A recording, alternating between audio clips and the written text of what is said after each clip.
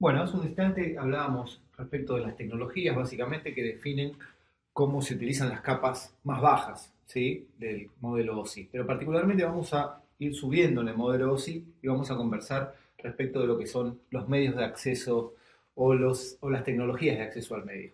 Particularmente lo que hace las tecnologías de acceso al medio es definir la forma en la que se van a comunicar, las reglas de comunicación para poder manejar errores, para poder utilizar de manera eficiente y adecuada el medio físico a través del cual se transmiten los datos, ¿sí? Y obviamente van a definir algunos detalles particulares dependiendo del tipo de tecnología de acceso al medio que se pueda utilizar. Lo que es importante es que cada uno de los actores que forma parte de una red claramente tiene que conocer cómo se accede al medio. Existen distintas formas de acceder al medio. Algunas de las que vamos a hablar tienen que ver con CSMA, que significa Carrier Sense Multiple Access, ¿sí? Y esa variante que puede llegar a tener esta tecnología que tiene que ver con Collision Avoidance o Collision Detection. Vamos a ver después más en detalle este tipo de cuestiones, incluido token passing, pooling y algunos otros métodos, tecnologías de acceso al medio más. Independientemente de esto, vamos a definir algunos aspectos importantes. ¿Por qué es necesario definir un método de acceso al medio? Hacíamos referencia al uso eficiente del medio, pero particularmente ese uso eficiente del medio requiere de que no existan colisiones. Una colisión se puede dar claramente por el concepto de contención, ¿sí? Los nodos están compitiendo particularmente por usar el mismo medio, por lo tanto, si lo usan al mismo tiempo, podría llegar a ocurrir una colisión, ¿sí? La colisión sucede cuando dos o más frames coinciden en el medio, ¿sí? Obviamente lo que ocurre es que ambos son descartados y los hosts tienen que volver a retransmitir. Por supuesto, esto provoca una mayor latencia en la red y un uso no adecuado, ¿sí?, o un uso no eficiente. Obviamente, dependiendo también de cómo se utilice la red, van a haber más propensión o menos propensión a la ocurrencia de colisiones. En el caso de que la red esté segmentada, por ejemplo, mediante la utilización de switches, vamos a tener la capacidad de poder definir dominios de colisión más acotados. Por lo tanto, en un mismo dominio de colisión existiría menos probabilidad de ocurrencia de colisión porque lo componen menos medios, ¿sí?, particularmente.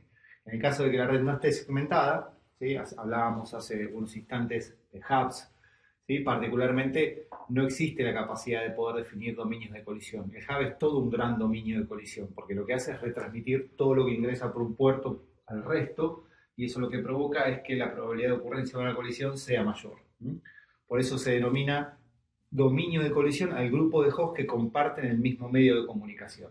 Por eso es importante, además de la topología, saber qué nivel de inteligencia para poder segmentar tienen los dispositivos que componen a esta topología. Ya vamos a verlo igualmente en unos slides más adelante cuando conversemos respecto de los switches.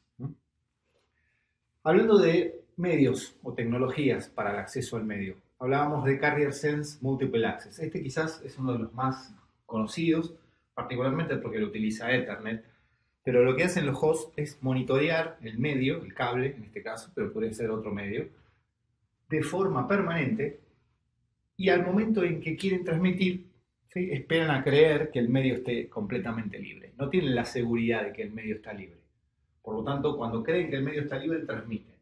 Obviamente, ¿qué puede ocurrir? Que dos medios piensen que el medio está libre al mismo tiempo. Lo que va a provocar es que ocurra una colisión y los hosts se van a dar cuenta de la ocurrencia de la colisión, dado que no van a recibir una respuesta, sino van a recibir el acknowledge. En este caso particular, podrían volver a retransmitir. El host se da cuenta que su paquete no llegó. ¿Qué es lo que va a hacer? Cuando crea que el medio esté libre, va a volver a transmitirlo. Ahora, ¿qué ocurre si dos hosts creen que el medio está libre, transmiten, ocurre colisión, no reciben el acknowledge, se dan cuenta de que su paquete no llegó porque ocurrió una colisión, vuelven a creer al mismo tiempo que el medio está libre, vuelven a transmitir, ocurre una colisión, no reciben el acknowledge, y así sucesivamente empieza a ocurrir un loop infinito que lo que hace es que el tráfico no pueda fluir. Es por eso que este medio o esta tecnología de acceso al medio tiene algunas variantes. Una de las primeras variantes que tiene es lo que se conoce como Carrier Sense Multiple Access with Collision Detection. ¿Sí? Esa sigla la van a ver seguido en este dominio y seguramente en los libros. La posibilidad de que ocurra un loop es alta, por lo tanto se implementan dentro de lo que es el método de acceso al medio una tecnología que permite que los hosts, ¿sí?, sigan monitoreando el medio después de que estos transmiten, y si ocurre una colisión, porque claramente puede ocurrir, se va a desplegar, ¿sí?, un algoritmo aleatorio que va a hacer que los hosts no transmitan nuevamente de forma simultánea. Es decir, cada host va a tener que esperar un periodo de tiempo aleatorio que va a estar parametrizado dentro de lo que es el método de acceso al medio, que va a tener la característica de evitar que vuelvan a transmitir al mismo tiempo. Entonces, de esta manera se destraba, ¿sí?, la colisión, no existe la ocurrencia de un loop y permite que la red siga fluyendo. No evita, ¿sí?, las colisiones, sino que particularmente lo que hace es detectarlas y poder solucionarlas. Pero las colisiones, por supuesto, van a seguir ocurriendo. Como les dije hace un rato, la tecnología Ethernet 802.3 es la que utiliza CSMA con CD. ¿Qué otra cuestión tenemos dentro de lo que es CSMA? Tenemos la capacidad de evitar las colisiones, ¿sí? Este tipo de tecnología es utilizada por las redes inalámbricas, por lo menos en el protocolo 802.11. La diferencia que tiene con el anterior es particularmente que se envía una señal de broadcast a todos los hosts para dar aviso de que está ocurriendo una transferencia de información. Por lo tanto, todos los hosts de la red, todos los hosts que componen ese dominio de colisión, ¿sí?, volvemos a repetir el concepto de dominio de colisión, reciben esa señal de broadcast y se dan cuenta de que no pueden transmitir porque el medio está ocupado. De esta manera evitamos la ocurrencia de una colisión, porque acá ya no transmiten cuando creen que el medio está libre, sino que transmiten cuando el medio está libre, porque no hay ninguna señal de broadcast que esté comunicándole a los hosts que componen ese medio de que está ocurriendo una transmisión. Es una sutil diferencia, pero es importante tener en cuenta y tratar de no confundirse en cuanto a lo que es las siglas y el resto de las cuestiones. Pooling. Pooling es una forma de controlar el acceso al medio a través de una estación primaria. ¿Qué quiere decir esto? Que en realidad hay dos componentes en pooling. Hay una estación primaria, que es la que está de cara a la red, que es la que tiene la capacidad de poder monitorear el medio, ¿sí?, y hacer el análisis que tenga que hacer para determinar si es el momento o no adecuado para realizar una transferencia de información. Y la estación secundaria, que está detrás de este medio, solo va a poder transmitir si es autorizada por la primaria. Si bien es efectivo desde el punto de vista de lo que es el control y el evitar la colisión, no es tan eficiente, si se quiere, desde este punto de vista, porque la estación primaria se transforma en una especie de cuello de botella, ¿sí? Nadie puede transmitir si la estación primaria no autoriza. Token passing, típico de topologías token ring. Ayer hablábamos, hace un rato hablábamos de lo que era token ring y teníamos la posibilidad de analizar algo bastante particular. ¿Por qué? Porque a diferencia de las distintas tecnologías de acceso al medio que acabamos de mencionar, esto es un protocolo determinístico. ¿Por qué? Porque todos los hosts están conectados a un mismo medio. Ese medio conforma el dominio de colisión. Ese medio tiene un formato de anillo y la única posibilidad de que los medios conectados a esa topología puedan transmitir es si tienen un token. Y ese token va pasando de host a host cada determinada cantidad de tiempo. Por eso se llama que es un protocolo determinístico, porque uno puede determinar la cantidad de tiempo que va a pasar hasta que un host vuelva a transmitir, porque sabe qué cantidad de tiempo va a tardar en recibir nuevamente ese token. Entonces, como nadie transmite si no tiene el token, no existen colisiones, ¿sí? En este tipo de métodos de acceso al medio no existen colisiones. Es bueno para las redes de alto uso, ¿sí? Y como les dije antes, siempre la estación puede transmitir si tiene un token. Se utiliza típicamente en topologías token ring o de anillo, como lo que hablábamos cuando veíamos topologías de campus, ¿sí?, con un doble anillo de fibra como FDDI y algunas otras. Esos son los métodos de acceso al medio, ¿sí? Vamos subiendo. Si ustedes se dan cuenta, estábamos hablando del cableado, estábamos hablando de topología, hablábamos de métodos de acceso al medio y ahora vamos a hablar de medios de acceso a la LAN. Particularmente estuvimos hablando de medios de acceso a la LAN porque todo tiene relación con todo. Y esto también lo quiero destacar para las preguntas que ustedes pueden recibir dentro de este dominio. Las preguntas tranquilamente podrían estar orientadas a cuál de los siguientes tipos de medios de acceso, de tecnologías de acceso al medio es más eficiente para evitar colisiones y tener cuatro opciones donde esté token ring, donde esté pooling, donde esté CSMA, CD, CSMA, CA. ¿Sí? Pero particularmente es poco probable que tengan ese tipo de preguntas y las preguntas van a estar orientadas a la combinación de conceptos, es decir, donde tengan que en un mismo enunciado conocer y entender qué es una topología y cuál es la característica de esa topología, qué es de alguna manera un medio de acceso a la LAN, ¿sí? ¿Qué relación tiene ese medio de acceso a la LAN con la tecnología de acceso al medio? Esas son las cuestiones que a lo mejor tienen que tener más claras y estar más atentos a la hora de responder esas preguntas. Así que bueno, vamos a ver qué son los medios de acceso a la LAN. Particularmente el medio de acceso a la LAN quizás más conocido de todos es Ethernet. ¿Sí? Ethernet fue desarrollado ya en los 70, ¿sí? Utiliza típicamente topologías de bus o de estrella. Acá tienen un ejemplo de lo que les decía hace un rato. Está relacionando un método de acceso a la LAN, ¿sí? Con una topología. Esa es una de las preguntas que podrían llegar a recibir. Abajo habla de la evolución de los cableados. ¿Sí? Esto evolucionó del cableado coaxil al cableado UTP y STP. Nuevamente se vuelven a entrecruzar esos conceptos. ¿Sí? Eso más que nada se los marco para que tengan en cuenta a dónde apuntan muchas veces las preguntas que pueden encontrar en este dominio. Todos los dispositivos se conectan al mismo medio, por lo tanto puede haber colisiones y acá es donde juega el papel preponderante el tipo de tecnología de acceso al medio. ¿Sí? CSMA, CD, ¿sí? Collision Detection. Recuerden que lo que se hace es establecer un tiempo aleatorio cuando se detecta una colisión para que los hosts no vuelvan a transmitir al mismo tiempo. Y en este caso, este tipo de métodos de acceso a la LAN soporta full duplex, es decir, que va a permitir que los hosts puedan transmitir de forma simultánea, ¿sí? De forma bidireccional y simultánea, a través de lo que es el par de cable cruzado, el Twisted Pair. Ya lo mencionábamos hace un rato con STP y UTP. Dentro de lo que es Ethernet vamos a tener distintos tipos de implementaciones. ¿Sí? Hace un rato hablábamos de que utiliza CD, también podría llegar en algunas implementaciones en particular a utilizar Collision Avoidance, pero quédense particularmente con lo básico, ¿sí? Como todo lo que van a quedarse dentro de este dominio. Otra de las características que tiene el CISSP es que se basa en los conceptos esenciales para la definición de estos conceptos. Por ejemplo, un switch es un dispositivo de capa 2.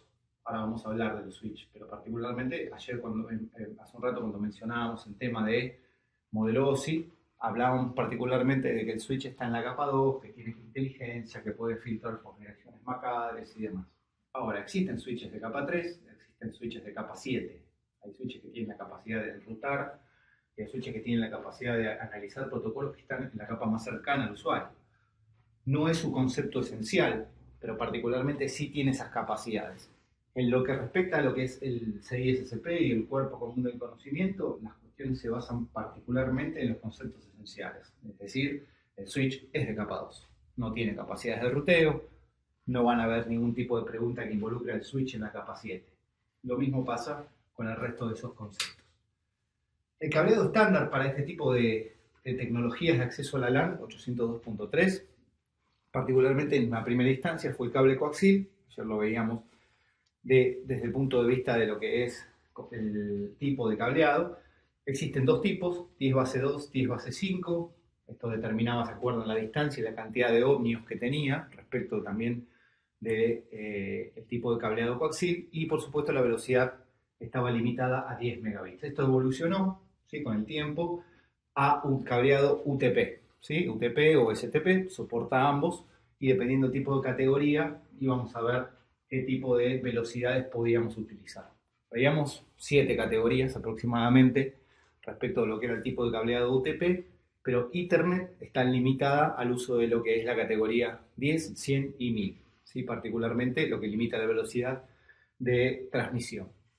Obviamente también permite la implementación de fibra, ¿sí? Lo que eleva la velocidad y obviamente eleva la tolerancia a la interferencia electromagnética y demás, dado que este tipo de cableados, como mencionábamos, lo que hace es transmitir impulsos de luz o haces de luz modulado. FDDI. FDDI es una tecnología utilizada para la transmisión de datos a alta velocidad. Token token passing es un poco el método de acceso al medio que tiene, lo mencionábamos hace un ratito, y es utilizada comúnmente en topologías o en redes que tienen relación con las Campus Area Network, donde hay un doble anillo de fibra, ¿sí? Provee redundancia, fault tolerance, y provee velocidades muy elevadas en cuanto a lo que es la transmisión. Particularmente se define en el protocolo 802.8 y la redundancia lo que hace es implementar un anillo central que está permanentemente productivo y un anillo secundario que componen el doble anillo que está en modo stand-by hasta que el anillo primario sufra algún tipo de desperfecto que indique comenzar a implementar la redundancia para garantizar la disponibilidad de la transmisión de datos y demás. Otro de los métodos de acceso a la LAN es Token Ring. ¿Sí? Token Ring particularmente pertenece a la tecnología de acceso al medio Token Passing. Token Passing es una tecnología desarrollada por IBM, ¿sí? Particularmente todos los dispositivos están conectados a una unidad central, MSAU o MAU, ¿sí? Que es la que le permite, ayudándose del método de acceso al medio Token Passing, asignarle un token a cada dispositivo para que pueda transmitir de manera totalmente determinística. ¿Sí? Recuerden que se podía determinar la cantidad de tiempo que iba a pasar entre que un host transmite la información en la red, dado que se puede calcular cuánto va a volver a tardar en recibir ese token. Soporta velocidades limitadas respecto de las velocidades de hoy en día, pero particularmente oscilan entre los 4 y los 16 megas. Lamentablemente van a tener que recordar una gran cantidad de métodos de acceso a la LAN.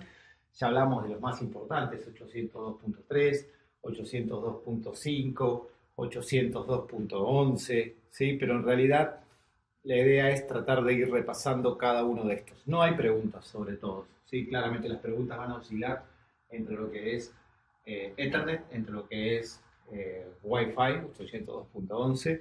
Algunas preguntas pueden estar relacionadas con 802.5, ¿sí? FDDI, por lo que puede estar con Token Bus, con Token Ring, con lo que puede estar con Ethernet y demás. Pero lo importante es repasar esto. Bueno, 802.1 básicamente son protocolos superiores de área local, 802.2 controles de enlace lógico, 802.3 Ethernet, del cual hace un rato hablamos y describimos algunas de sus características. Este es importante tenerlo en cuenta desde el punto de vista del examen.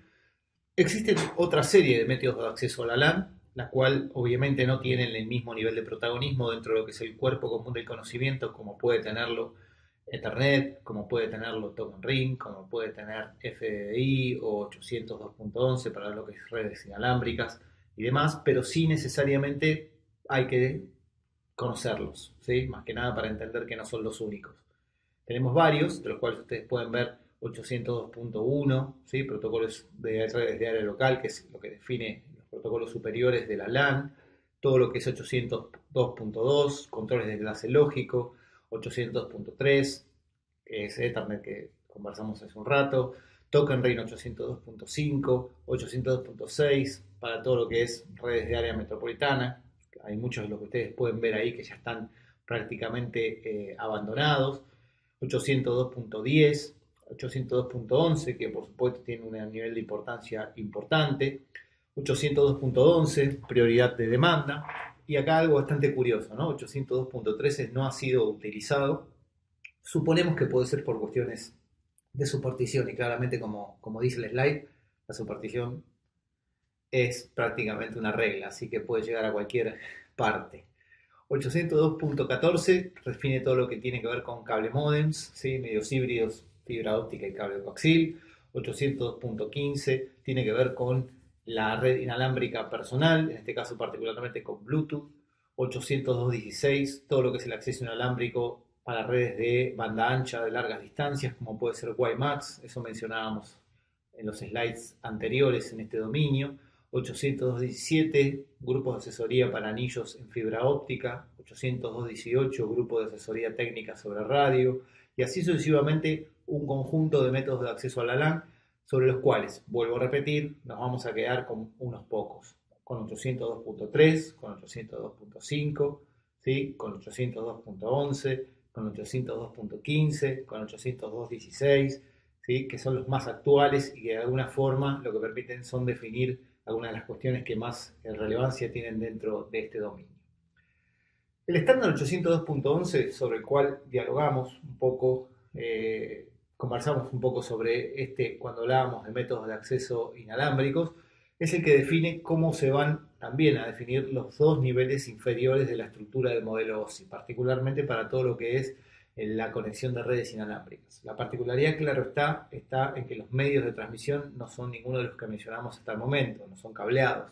Por lo tanto, acá lo que se utiliza es la radiofrecuencia.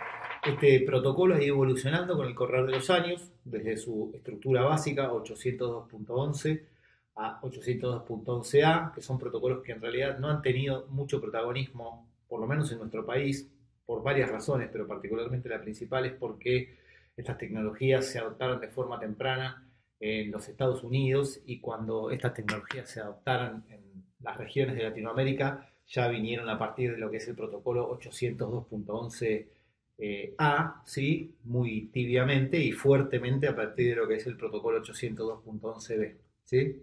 Eso tiene sus años, como verán, el 802.11b existe desde el año 99 y algunos otros existen desde el año 97, 98, respectivamente lo que es 802.11 y 802.11a. Las limitaciones que tienen básicamente estos protocolos tienen que ver con la banda, ¿sí? La frecuencia en la que básicamente funciona, particularmente 802.11a lo hacen 5 GHz, 802.11b lo hacen 2.4 GHz y en el caso de 802.11b la velocidad de transmisión, que en este caso particular es de 11 MB. 802.11g lo que hace es tomar lo mejor de 802.11a, que era la posibilidad de transmitir a 54 MB, y mantener la banda o la frecuencia en la que transmitía 802.11b. Por lo tanto, brinda la posibilidad de transmitir a 54 MB en una frecuencia de 2.4 que hasta ese momento solo estaba siendo utilizada por 802.11b. En este caso particular hace que exista cierta compatibilidad entre ambos protocolos, es decir, un medio 800, una tarjeta de red, por ejemplo, que una computadora tenga en 802.11b puede conectarse tranquilamente a un dispositivo inalámbrico que tenga 802.11g.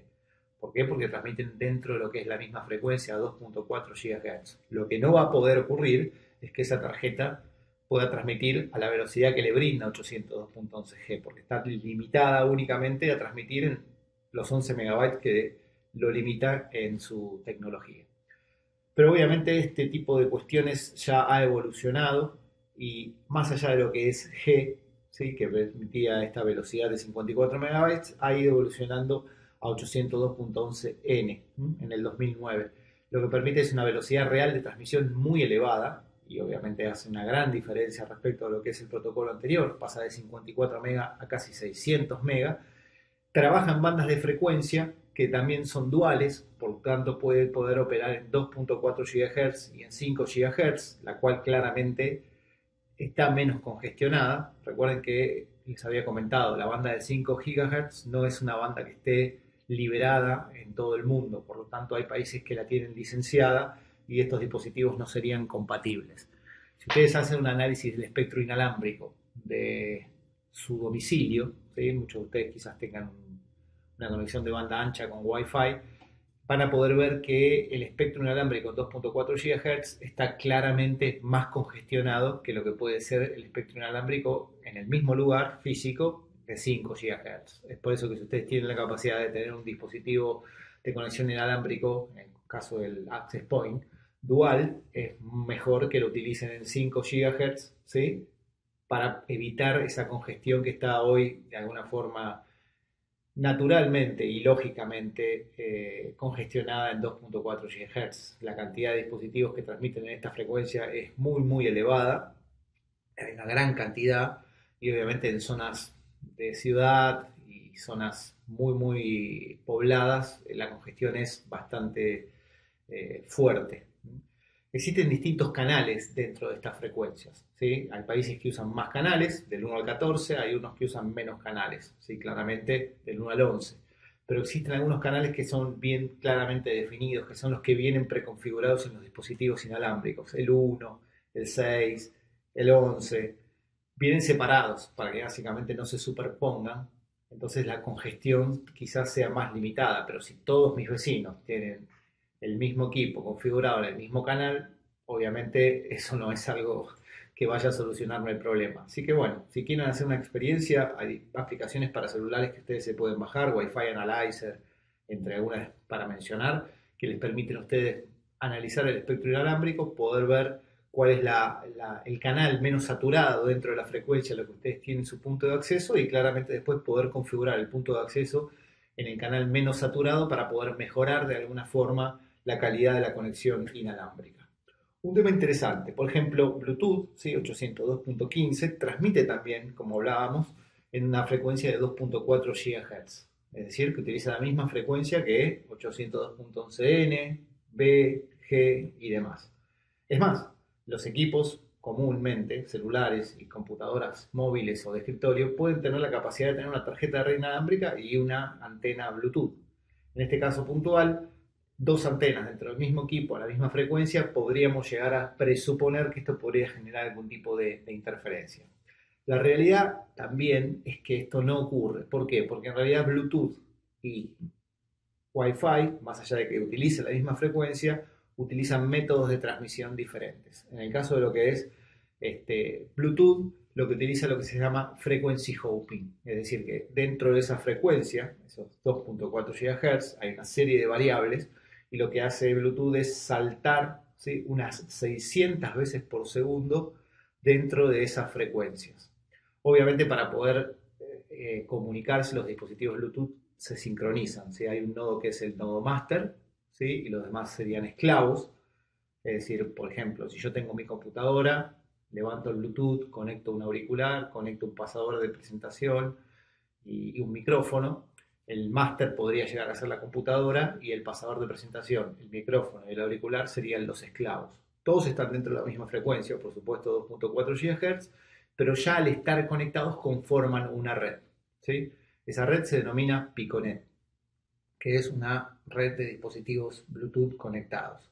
Cuando de alguna forma esa red empieza a funcionar, el máster le va diciendo, ¿sí?, a los dispositivos esclavos por qué frecuencias va a saltar 600 veces por segundo. Entonces todos se mueven de forma sincronizada y permiten establecer una comunicación. Y esto evita que se pueda, por ejemplo, dentro de la misma radiofrecuencia, producir una interferencia entre lo que son tecnologías Wi-Fi y tecnologías Bluetooth, ¿no? Con esto como para que tengan algún tipo de dato adicional de lo que es el concepto de Piconet y demás, ¿sí? Por supuesto los dispositivos Bluetooth después van a tener más o menos limitaciones dependiendo de la versión. Ahí se va a limitar por supuesto las capacidades y la velocidad y por supuesto los perfiles. Ustedes muchas veces quizás hayan sufrido experiencias quizás no del todo agradables con Bluetooth cuando por ejemplo, no sé, conectan a ver, un celular, ¿sí?, que es el elemento más común, por ejemplo, a manos libres del auto. ¿Sí? Hay autos que tienen Bluetooth, permiten conectar un celular, entonces, dependiendo de las funcionalidades que tenga el dispositivo del auto y el celular, lo que uno espera es poder ver, por ejemplo, la música, poder poner pausa, poder pasar de una canción a otra, poder adelantar, poder ver información de la canción, poder sincronizar los contactos, poder hablar por teléfono.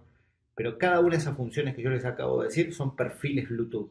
Habrá que ver si el fabricante limitó o no limitó, a veces por cuestiones comerciales, de agregar a la próxima versión, o a veces por limitaciones de hardware, esos perfiles Bluetooth. Entonces claramente pueden ocurrir situaciones en donde no tengan la posibilidad de usar alguna de esas funcionalidades. Es bastante interesante el tema de las tecnologías inalámbricas por la variabilidad que tiene, pero quedémonos particularmente con esos conceptos que son los más generales como para poder tener claro este concepto. Vamos a hablar ahora de dispositivos, ¿sí? Respecto de dispositivos, vamos a hablar de dispositivos que tienen posibilidad de conexión a las redes LAN y WAN. A partir de ahora sí ya vamos a empezar a ver algunos conceptos y funcionalidades de las cuestiones que hasta hace momentos veníamos mencionando de manera superficial: switch, router, hub y demás. Particularmente dentro de lo que es los dispositivos vamos a verlos del menor nivel de inteligencia, o si se quiere, de la menor capa del modelo OSI hacia arriba. Mencionábamos el hub. El hub es un repetidor, ¿sí? Un repetidor multipuerto, si se quiere, que obviamente como función específica tiene la de amplificación de señal, ¿sí? La señal se atenúa a medida que se aleja del origen y hay ciertas distancias donde esa señal se atenúa lo suficiente como para no poder ser de alguna forma eficiente. Por eso que estos dispositivos se crearon para poder amplificar la señal cada X cantidad de metros y de esa forma hacer que la señal pueda llegar mucho más lejos. Con la funcionalidad que esto tenía, alguien tuvo la brillante idea de generar un repetidor multipuertos, es decir, de conectar un punto de entrada y múltiples puntos de salida. Y ahí es donde se generó el concentrador o hub. Trabaja a nivel de capa física porque no tiene la capacidad de poder tomar ningún tipo de decisiones. Claramente lo que entra por un puerto se difunde, por eso se llama que trabaja en tráfico por difusión, a todos los otros puertos. Concentra y repite de alguna manera el tráfico de manera exacta de un puerto a la cantidad de otros puertos que pueda llegar a tener el hub o bocas que pueda llegar a tener el hub.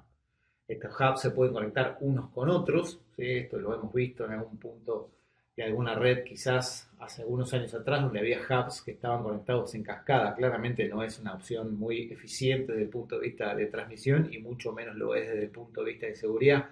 Recuerden que les comentaba que al transmitir por difusión no hay ningún tipo de segmentación, por lo tanto, de forma totalmente pasiva, un usuario con la placa en modo monitor podría monitorear y acceder al tráfico. Si este tráfico tiene características de sensibilidad relevantes y además viaja en texto plano, puede ser leído, modificado, interrumpido sin ningún tipo de problemas. Por eso es que se busca limitar el uso de este tipo de dispositivos, no solamente porque son ineficientes al momento de transmitir la información, dado que no segmentan, no dividen, no tienen la capacidad de dividir dominios de colisión, sino además principalmente por conceptos de seguridad. Esto ha ido evolucionando, particularmente la evolución se dio a nivel de bridges. Los puentes son dispositivos que ya trabajan en la capa de enlace de datos y tienen la capacidad de enviar señales, es decir, no son un medio propiamente físico, sino que ya tienen cierto nivel de inteligencia, es decir, permiten hacer filtrados por direcciones MAC-adres. Se utilizan para dividir las redes en segmentos más pequeños, esto ya sí tiene la capacidad de dividir segmentos de colisión, pero tiene ciertas limitaciones, es decir, el bridge es una especie de híbrido, ¿sí?, mejorado entre un switch y un hub, ¿sí? Está exactamente en el medio.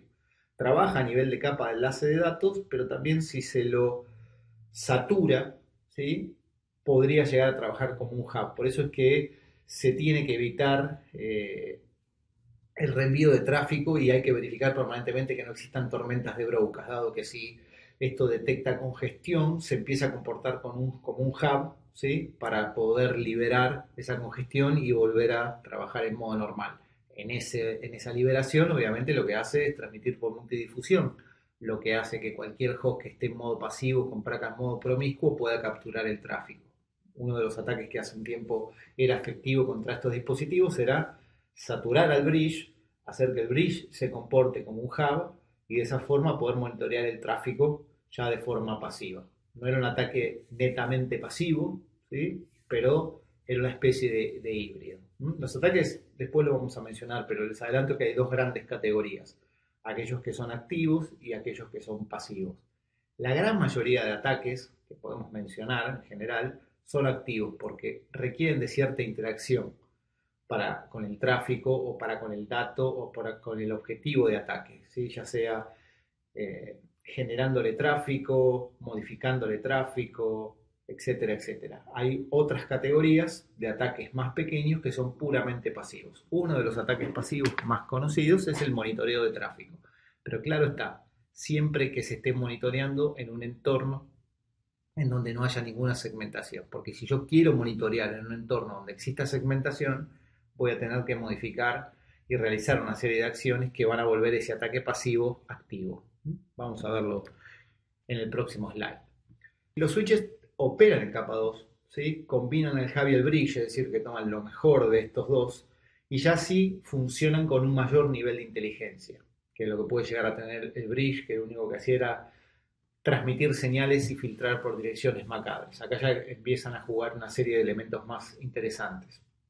Los switches pueden transmitir la información únicamente por el puerto en el que tienen asociada la dirección MAC address destino de ese paquete, por lo tanto tienen la capacidad de leer el encabezado del frame para saber de dónde viene y hacia dónde va a nivel de enlace de datos, por eso estamos hablando de direcciones MAC address particularmente, y pueden conmutar ese dato por una interfaz a través de diferentes mecanismos. Lo que hace el switch claramente es dividir dominios de colisión. ¿Sí? ¿Se acuerdan que hoy hablamos que el dominio de colisión era el medio que varios hosts conectados a ese dominio comparten para la utilización de ese medio? A menor cantidad de hosts, menor probabilidad de ocurrencia de una colisión. Y esto ya es una ventaja desde el punto de vista de la eficiencia. Pero también el switch segmenta la red haciéndola menos vulnerable a los ataques de monitoreo de tráfico, ¿sí? A los ataques de sniffing, como se denomina. Un punto y aparte, la palabra sniffing, ¿sí? Sniff, viene de un aplicativo que tenía este nombre y particularmente este aplicativo quedó como una especie de commodity para referirse a cualquier ataque que tenga que ver con monitoreo de tráfico. Pero como el CBK es agnóstico, muchas veces en alguna bibliografía no van a ver la palabra sniffing y en el examen quizás no vean la palabra sniffing, sino que vean la palabra eavesdropping en inglés o monitoreo de tráfico en castellano.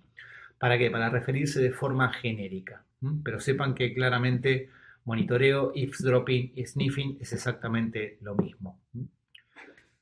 Puntualmente el switch tiene dos formas de administración, particularmente puede aprender las direcciones MAC address de forma dinámica, uno lo conecta a la red y el switch tiene la capacidad de aprender, ¿sí?, qué tipo de MAC address tiene asociada a cada puerto, o se puede administrar de forma totalmente estática. La administración de forma estática conlleva un costo administrativo muy elevado, por lo que es poco probable que la vean implementada. Imagínense en un ambiente dinámico, ¿sí?, en una red corporativa, cuán difícil sería poder mantener la administración de los switches de forma estática. Tendremos que tener prácticamente a varios administradores diariamente realizando modificaciones en las configuraciones de los switches. Es por eso que se van a manejar en mayor cantidad a través de lo que es la utilización de la administración dinámica. Bien. Un tema más, perdón, me olvidaba de destacar algo que es importante con los switches. Los switches tienen distintos métodos de computación de tráfico, ¿sí? Particularmente uno de los métodos de computación de tráfico más conocidos de los switches es el que se denomina almacenamiento y envío, ¿sí? En el método de computación de tráfico del switch almacenamiento y envío, el switch hace lo que su método indica, almacena la totalidad del frame y cuando lo tiene, recién cuando lo tiene completo, lo envía. ¿Qué es la totalidad del frame? Es el encabezado del frame, donde está la dirección MAC address destino, entre los datos que le importan al switch, los datos propiamente dicho, y el tail o la cola de ese dato, donde está el código de redundancia cíclica que le permite verificar la integridad de ese paquete. Una vez que tiene en su buffer el paquete completo, el frame completo, lo conmuta a donde corresponde por la interfaz que corresponde, es decir, a través de la dirección MAC destino que tenga ese paquete.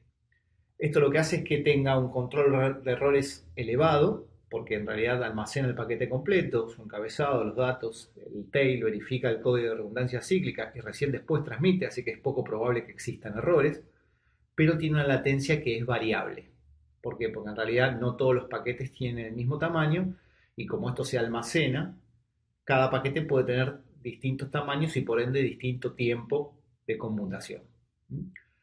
Es decir, el pro es el alto control de errores, la contra es la latencia variable porque todos los paquetes no tienen el mismo tamaño. Después tenemos otros métodos de almacenamiento de envío, que es cut-through, que lo que hace básicamente es solamente analizar el encabezado del paquete, perdón, sigo diciendo paquete y no tengo que decir paquete, es el encabezado del frame. Recuerden que paquete es a nivel de capa 3, acá estamos hablando a nivel de capa 2. Analiza el encabezado del frame para saber cuál es la dirección destino MAC address. Y directamente una vez que lo tienen, ya conmuta el paquete. Acá claramente no hay un control de errores porque no está ni almacenando los datos ni almacenando el tail, que es el que tiene el código de redundancia cíclica para verificar la integridad, pero la latencia es fija. ¿Por qué? Porque en este caso la latencia, al ser fija, permite una transmisión mucho más eficiente y rápida. No tiene control de errores, los errores pueden ocurrir, pero la latencia es fija. Esos son los pros y esas son las contras. Hay una variable, ¿sí?, de cut and through, que es este método de computación que se llama fragment free o libre de fragmentos. Todo lo que tenga menos de 64 bytes se considera un fragmento. Entonces lo que hace esta variable es analizar el encabezado del frame para chequear la dirección MAC de destino y los primeros 64 bytes. Si verifica que tiene más de 64 bytes, conmuta el paquete, porque ya por lo menos descarta de que eso sea un fragmento, por ende sea un error. La latencia sigue siendo fija y tiene un mínimo de control de errores, ¿sí? En resumen, tenemos dos categorías de conmutación. Almacenamiento de envío, donde se almacena todo el paquete antes de ser transmitido y conmutado por el switch, lo que tiene o lo que conlleva con un pro, que es un buen control de errores, y lo que conlleva con la contra, que es latencia variable. No todos los paquetes tienen el mismo tamaño. Del otro lado tenemos al cut and through, solamente almacena el encabezado del frame, ¿sí? Sabe a dónde va, la dirección MAC address, pero no tiene ningún tipo de control de errores. Tiene una latencia fija, porque el frame sí tiene en su encabezado el mismo tamaño, y obviamente no tiene control de errores. Y una variante de esta última, que permitiría tener una especie de híbrido, es la latencia fija, porque almaceno el encabezado del frame más los 64 primeros bytes, y un mínimo de control de errores, porque al almacenar los primeros 64 bytes estoy de alguna forma garantizando de que no estoy retransmitiendo, conmutando, mejor dicho, un fragmento. Bien, pasemos al router. El router es un dispositivo de capa 3, ¿sí? Ya nos movimos de capa.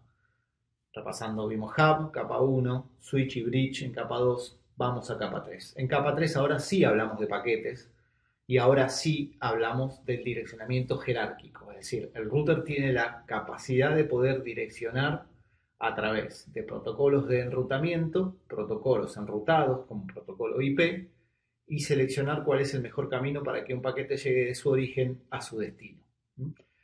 El router tiene la capacidad de poder dividir dominios de broadcast. ¿Qué quiere decir esto? Que en realidad el dominio de broadcast ya permite dividir redes propiamente dicho. El router puede tener más de una interfaz física o lógica, y cada una de esas interfaces van a ser diferentes dominios de broadcast. Esto lo que va a garantizar es que, por ejemplo, en el caso de lo que conversábamos hace un rato, un switch que está a nivel de capa 2, puede existir más de un switch dentro de una misma red LAN, que obviamente cada uno de los dominios que ese switch maneje va a ser un dominio único de colisión. Ahora, todo ese conjunto de switches o todo ese conjunto de dominios de colisión, al estar limitados por la interfaz de un router, van a limitar un todo de un dominio de broadcast. Es decir, que el dominio de broadcast va a estar compuesto por múltiples dominios de colisión. Pero claramente el dominio de broadcast es la puerta de entrada o salida a una red diferente. Esto se basa en tablas de enrutamiento, como el switch, al igual que el switch, pueden ser administradas de forma estática o dinámica. Vuelve a darse la misma situación. Administrar las tablas de enrutamiento de un switch de forma estática tiene un costo administrativo muy elevado, por lo tanto es poco probable que puedan visualizar este tipo de configuraciones, más allá de que estén permitidas. La gran mayoría de los switches se administran de forma totalmente dinámica. El router maneja paquetes. Los paquetes y en su encabezado tenemos direcciones IP origen, direcciones IP destino. Por lo tanto, en este caso particular y en las primeras implementaciones de los protocolos de los routers, ¿sí?, se implementaron las primeras, serían los antepasados del firewall, las capacidades de lista de control de acceso, ¿sí? Ya vieron el concepto de lista de control de acceso dentro de lo que es el manejo de identidades y demás, porque es un término bastante general, pero aplicado a lo que son redes, el router tiene la capacidad de poder saber por puerto origen, puerto destino, protocolo, dirección IP origen, dirección IP destino, que va a permitir pasar de un lado a otro. Entonces, a partir de esta implementación se podrían implementar algunas capacidades de firewall en los routers. Por eso dice que permite el filtrado de tráfico a través de listas de control de acceso. Los protocolos de ruteo, ¿sí? O los protocolos de enrutamiento son los protocolos que el router va a seguir. Acuérdense que en protocolos son reglas de comunicación que están predeterminadas para definir cuál es la mejor ruta para enviar un paquete de un origen a un destino, para manejar los paquetes, para generar ese direccionamiento jerárquico. Existen un montón de protocolos de enrutamiento o protocolos de ruteo y claramente todos estos, si bien tienen diferencias, tienen algunas cuestiones en común. Desde el punto de vista de seguridad, una de las cuestiones que tiene que tener un protocolo de enrutamiento en común es poder autenticar estas actualizaciones que se pueden generar de forma estática o dinámica en las tablas de ruteo a través de los protocolos de enrutamiento, ¿sí? Que van a definir por dónde va a ir un paquete y cuál es la mejor ruta. ¿Por qué? Porque si esto no está autenticado, el router podría recibir información que un intruso esté insertando en la red de manera tal de redireccionar el tráfico de un lugar a otro de forma no autorizada, o lo que podría llegar también a ser un problema de seguridad es afectar la disponibilidad diciéndole, por ejemplo, a un router que una interfaz está administrativamente baja. Por lo tanto, ese router no va a poder enviar tráfico por esa interfaz, lo que va a provocar claramente es una denegación de servicio. No todos los protocolos tienen la capacidad de poder soportar esta característica, pero algunos de los que sí lo soportan tienen la capacidad de hacerlo a través del envío de información en texto plano, a través de la utilización de funciones de hash como MD5 o algunas otras técnicas que pueden requerir actualizaciones, por ejemplo, por peer, es decir, solo voy a recibir actualizaciones dinámicas en las tablas de enrutamiento siempre y cuando venga de determinada interfaz o de determinado origen. Dentro de lo que es el ruteo, puede ser estático o dinámico, como les comentaba hace un rato. Estáticamente hablando, no hay mucho misterio. Es un administrador el que carga y parametriza de forma manual las reglas de cómo va a conmutarse el tráfico en ese router. Y desde el punto de vista dinámico, sí, el router tiene la inteligencia de poder seleccionar a partir de dos variables mayormente cómo va a construir esas tablas. Esas variables son distancia vector, o vector distancia, lo que sería mejor en castellano, y estado de enlace. El estado de enlace es más complejo, más inteligente. Algunos protocolos como OSPF tienen la posibilidad de utilizar este tipo de ruteo dinámico y lo que hacen es analizar muchas más variables que la simple distancia que hay entre una red y otra. El vector distancia, que es el más simple, lo que hace es determinar por qué interfaz va a enviar un paquete en base a la cantidad de saltos que exista entre el origen y el destino. Entonces, la ruta más corta va a ser la que va a seleccionar el vector distancia. Si para llegar de la red A a la red H tengo 13 saltos por un lado y tengo 11 saltos por el otro, voy a elegir seguramente la posibilidad de reenrutarlo por los 11 saltos porque la distancia es más corta. Ahora, cuando hablamos de un link state, como toma de decisiones de ruteo dinámico, no solamente la distancia va a ser lo importante, sino también van a haber algunas otras variables como métricas de peso y métricas de eficiencia. En este caso puntual, el hecho de que yo tome el camino más largo, no necesariamente más corto, no necesariamente quiere decir que sea el más rápido. Entonces se van a poner en juego algunas otras variables que van a permitir tomar decisiones más inteligentes. Más allá de esto, esas decisiones de ruteo dinámico van a estar predeterminadas en el protocolo, es decir, no todos los protocolos soportan link state, ¿sí? Dentro de los protocolos de ruteo o de enrutamiento tenemos como conocidos a RIP versión 1, RIP versión 2. La versión 1 de RIP justamente es una de las que no soporta ningún tipo de autenticación. Durante mucho tiempo se utilizó y obviamente desde el punto de vista de seguridad no es recomendable, dado que un router no recibe ningún tipo de autenticación respecto de las actualizaciones que se realizan en su tabla y estas podrían ser justamente introducidas maliciosamente por un tercero. En el caso de RIP versión 2, con las mismas características de RIP versión 1, soportamos lo que es la autenticación, ¿sí? En texto plano y MD5, pero al fin y al cabo el router tiene la capacidad de poder verificar que las modificaciones que se están realizando en tu tabla son auténticas. Y GRP y OSPF, ya acá particularmente tenemos algunas otras variables, utilizan más criterios que RIP, es propietario de Cisco, por lo tanto no van a ver mucho respecto de lo que es este protocolo, dado lo agnóstico del CBK. Y OSPF es uno de los que mencionábamos hace un ratito, ¿sí? Cuando hablábamos del estado o link state para el ruteo dinámico y el soporte de la toma de decisiones más inteligente, es decir, más allá de la simple cantidad de saltos, poner en juego otras variables como el peso y la eficiencia para poder determinar cuál es la mejor ruta. Eso siempre y cuando hablemos de ruteo interior. ¿Sí? Cuando hablamos de ruteo exterior, es decir, protocolos de ruteo que pueden conectar mucho más allá, tenemos algunas otras variables. EGP y BGP, ¿sí? Es una combinación entre lo que es Distant Vector y Link State. En este caso puntualmente juegan con los dos. Utilizan por supuesto autenticación, texto plano o MD5. Y los updates no solamente contienen la información, digamos, del diseño de la red, sino también de la topología lógica de la red que puede llegar a tener. Recomendaciones a nivel de administración de routers. En general, los dispositivos de ruteo se ven muchas veces como los dispositivos de frontera, ¿sí? De hecho, a veces se habla del concepto de router de frontera, o por qué no en algún libro con alguna traducción en español, quizás un poco ya pasada de moda, los pueden ver como routers apantallados. Screening router sería en inglés. O sea, las traducciones no son muy felices. Por eso siempre recuerden lo que hablábamos en el dominio de introducción al CISSP, que mencionábamos el tema del examen. Si ustedes piden el examen en español, van a tener la posibilidad de tener la pantalla partida y ver las preguntas en inglés y en español de forma simultánea. Por lo tanto, más allá de que el inglés no sea su fuerte, sí puede ser interesante tener a mano la pregunta en inglés para ver si algún término no tiene alguna traducción que confunda, justamente como es el caso del ejemplo que les estoy poniendo en este caso.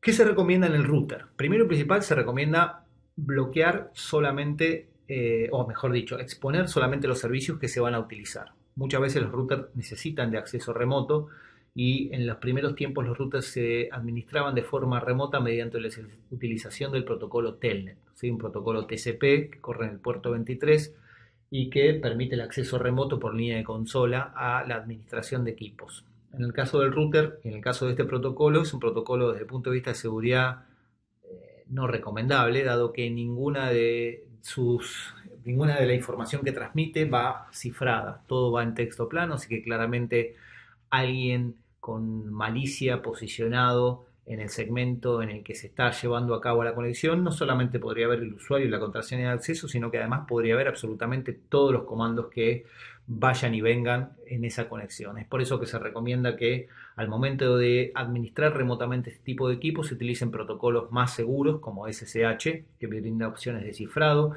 y opciones de identificación y autenticación que pueden estar basados en claves públicas privadas, o sea, no solamente usuario y clave, y que además cifran la totalidad de la conexión. No solamente eso, sino que además se limite muchas veces el lugar desde donde se puede establecer una conexión en la administración remota.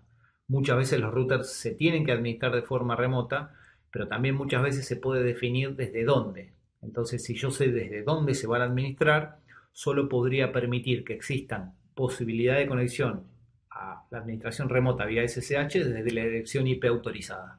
Y acá es donde empieza a jugar un poco la capacidad del router de tener lista de control de acceso, de poder determinar si el paquete viene de tal IP, lo dejo, si no viene de tal IP, no lo dejo. Si el paquete viene de tal IP, pero a tal protocolo no lo dejo, pero si el paquete viene de tal IP, pero a tal protocolo sí lo dejo, o a tal puerto sí lo dejo. Y esto lo que permite es tener quizás mayor cantidad de control sobre lo que se puede realizar en la administración remota.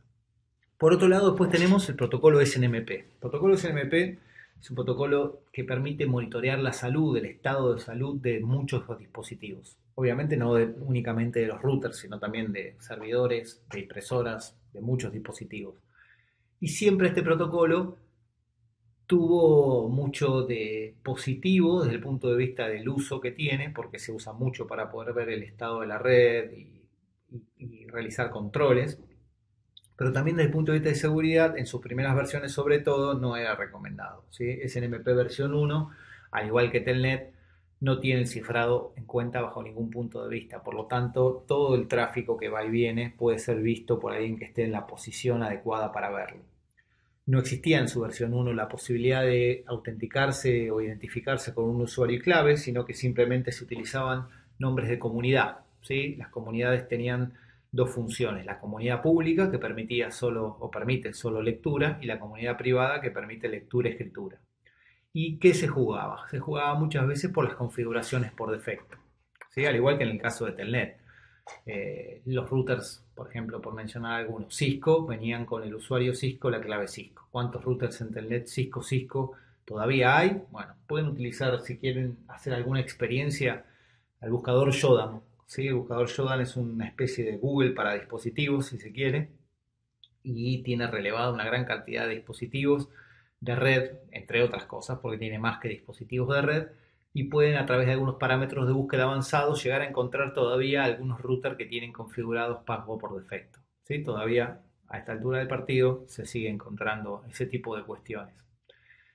Hoy en día los dispositivos vienen diseñados con la seguridad en mente en algunos casos, entonces ya no se permite la utilización de claves por defecto, pero bueno, se van a cansar de ver esta situación. Shodan es un elemento para que puedan ver en la práctica que esto todavía ocurre, pero también si ustedes buscan usuarios y claves por defecto o lista de usuarios y claves por defectos en internet van a encontrar un montón, desde impresoras hasta routers, y no solamente a nivel de Telnet o a nivel de HTTP, sino de SNMP. Las comunidades pública y privada, public and private, son las comunidades que venían por defecto. Entonces, tranquilamente se podía llegar a analizar una red completa y encontrar dispositivos que estén brindando el servicio de SNMP con la comunidad public para leer las configuraciones y ver la memoria RAM que estaban consumiendo, el nivel de procesador que estaban consumiendo, la configuración de sus interfaces, las tablas de ruteo y un montón de otras cuestiones. Y si eso se transformaba en una comunidad de privado, no solamente podían leerlas, sino podían modificarlas, lo que impedía, lo que provocaba que un usuario de manera no autorizada y de forma muy simple pueda, por ejemplo, bajar la interfaz de un router administrativamente y provocar una denegación de servicio. Esto evolucionó. ¿Sí? El SNMP en su versión 2 y obviamente en su versión 3 ya permite la utilización de usuarios, contraseñas, no utilizan más comunidades, cifran el tráfico, por lo tanto la recomendación es que si ustedes tienen que utilizar este protocolo, lo utilicen a través de configuraciones seguras. Esto es válido para cualquier recomendación, ¿sí? Estemos hablando de aplicativos, de routers, de lo que fuese. Siempre traten de, primero y principal, exponer la menor superficie posible visible desde el exterior o el interior. Es decir, que si no necesito un servicio corriendo, ese servicio no tiene que estar activo. No tengo por qué dejarlo. Ahora, si realmente lo necesito, tengo que pensar desde dónde lo necesito. Y además de desde dónde lo necesito, tengo que pensar también cuál es la mejor forma de implementarlo. Usuario, clave, protocolos cifrados y demás. Y por último, como recomendación dentro de los routers, lo que mencionábamos hace un rato, es verificar los updates de las tablas de ruteo. ¿Sí? No permitir que se utilicen protocolos de enrutamiento que no tengan autenticación para evitar la contaminación maliciosa de la tabla. Hasta acá, dispositivos. No van a ser los únicos que vamos a ver, porque vamos a hablar de router, vamos a hablar de firewalls, vamos a hablar de IDS, IPS y demás. Pero ahora tenemos que hacer una parte en lo que es el modelo TCP/IP. ¿Qué es el modelo TCP/IP? Básicamente la suite de protocolos TCP/IP, así se denomina, no es que contenga únicamente a los protocolos TCP y al protocolo IP, sino que es una suite de protocolos que contienen muchos protocolos, entre los cuales está, por supuesto, TCP/IP, pero también está ICMP, ARP, UDP, Reverse RP y una gran cantidad de otros protocolos que están dentro de esta suite. Nos vamos a concentrar dentro de lo que es esta parte del dominio en hablar de IP, en hablar de TCP y en hablar de UDP. Pero antes de esto tenemos que hablar de un modelo más. Ese modelo es el modelo de Internet, ¿sí? El modelo de capas. Ese modelo está propuesto no por ISO, que es el que propone el modelo OSI, sino por el Departamento de Defensa, por el DoD de los Estados Unidos. Y es un modelo que en realidad tiene 4 capas. No viene a agregar absolutamente nada nuevo, sino lo que viene a hacer es dividir el modelo OSI, que tiene 7 capas, solamente en 4. Por eso es importante tener en cuenta de que a nivel de funcionalidad no va a haber nada nuevo bajo el sol, sino que son las funcionalidades que ya describimos durante el análisis del modelo OSI. Pero sí tenemos que entender, ¿sí? Y sobre todo por el nivel de relevancia que puede tener el examen, qué capas del modelo de TCP/IP se corresponden con el modelo OSI y viceversa. Este es un modelo que solamente tiene 4 capas: la capa de aplicación, la capa de transporte, la capa de internet y la capa de red. Como pueden ver, la capa de aplicación provee todo lo que son servicios de redes y aplicaciones. Y ahí tienen dentro de los ejemplos protocolos. Si ustedes pueden ver esos protocolos, van a ver que si los comparan con el modelo OSI tenemos HTTP, Telnet, FTP, que son típicamente modelos, protocolos que están en la capa de aplicación del modelo OSI. También tenemos ahí en la capa de presentación formatos, así que estaría JPG, ¿sí? MP3, aspectos que tienen que ver con la compresión, aspectos que tienen que ver con el cifrado, que son típicas funciones de la capa de presentación, y la capa de sesión, donde tenemos el mantenimiento de sesiones entre hosts, donde puede estar, por ejemplo, RPC. Después tenemos la capa de transporte del modelo TCP/IP, que provee servicios de extremo a extremo. Ayer hablábamos, si se acuerdan, de la capa de transporte del modelo OSI, estaban protocolos de TCP y de UDP, y puntualmente tenían como función proveer servicios de extremo a extremo. En este caso es bastante simple porque hay una única capa, es decir, la capa de transporte del modelo de Internet es la capa de transporte del modelo OSI. La capa de Internet del modelo de TCP/IP se corresponde con la capa de red del modelo OSI. Así que acá vamos a tener todo lo que es el direccionamiento jerárquico y protocolos como IP, ICMP, ARP, IGMP, OSPF, y todos los que acabamos de mencionar recién, RIP, etcétera, etcétera. Y la capa de red del modelo de TCP/IP se corresponde con la capa de enlace de datos y la capa física del modelo OSI. Por lo tanto, vamos a tener la dirección MAC address, el tipo de método de acceso a la LAN, Ethernet, Token Ring y demás, y obviamente los tipos de cableado, o alámbrico, o mejor dicho, los tipos de acceso físico, cableado o inalámbrico, ¿sí? Acá habíamos hablado de lo que es fibra, cable coaxil, redes inalámbricas y demás. Al igual que en el caso del modelo OSI, acá tenemos una pequeña regla, ¿sí? Para tratar de acordarse, que es 3112. Esto es para tratar de acordarse que las 3 primeras capas del modelo OSI, aplicación, presentación y sesión, se corresponden con la capa de aplicación del modelo de TCP/IP. Por eso 3 a 1. 1 a 1 en el segundo caso. La capa de transporte se corresponde, en el caso del modelo OSI, con la capa de transporte del modelo TCP/IP. Acá no hay diferencias. Nuevamente 1. La capa de red del modelo OSI se corresponde con la capa de internet del modelo de TCP/IP. Acá también no hay diferencias, nada más que cambia el nombre. ¿Sí? En una se llama Internet, en el modelo de TCP/IP se llama Internet y en el modelo OSI se llama Red. Y después tenemos 2, la capa de enlace de datos y la capa física se corresponde con el modelo de la capa de red de TCP/IP. Así que acuérdense, 3, 1, 1, 2. No se tienen que acordar nada nuevo porque las funciones son específicas en los dos modelos, ¿sí? Y no hay nada nuevo bajo el sol. Sí se tienen que acordar qué capa se corresponde con qué capa. Por eso la regla de 3, 1, 1, 2 les va a ser de mucha utilidad. Acá hay un ejemplo quizás más abierto, ¿sí? Donde puede verse el modelo OSI y el modelo de TCP/IP combinados entre sí y cuáles son cada una de sus funciones. Pero bueno, no quiero ser redundante, sino que lo que está acá en este slide es como para poder ampliar quizás el gráfico que tienen acá de forma más, digamos, más práctica o ejemplificatoria. Como les dije antes, vamos a repasar un poco las funciones que tiene cada una de las capas. La capa de aplicación del modelo de TCP/IP del Departamento de Defensa corresponde con las 3 capas superiores del modelo OSI: sesión, presentación y aplicación. Las funciones son las mismas: proveer servicios al usuario, brindar servicios de encripción, de cifrado y de formateo, y proveer mantenimiento de sesión entre diferentes hosts. Ejemplos: Telnet, FTP, RPC, JPG, MP3, etcétera, etcétera. La capa de host to host del modelo TCP/IP se corresponde con la capa de transporte del modelo OSI. Host to host, end-to-end, ¿sí?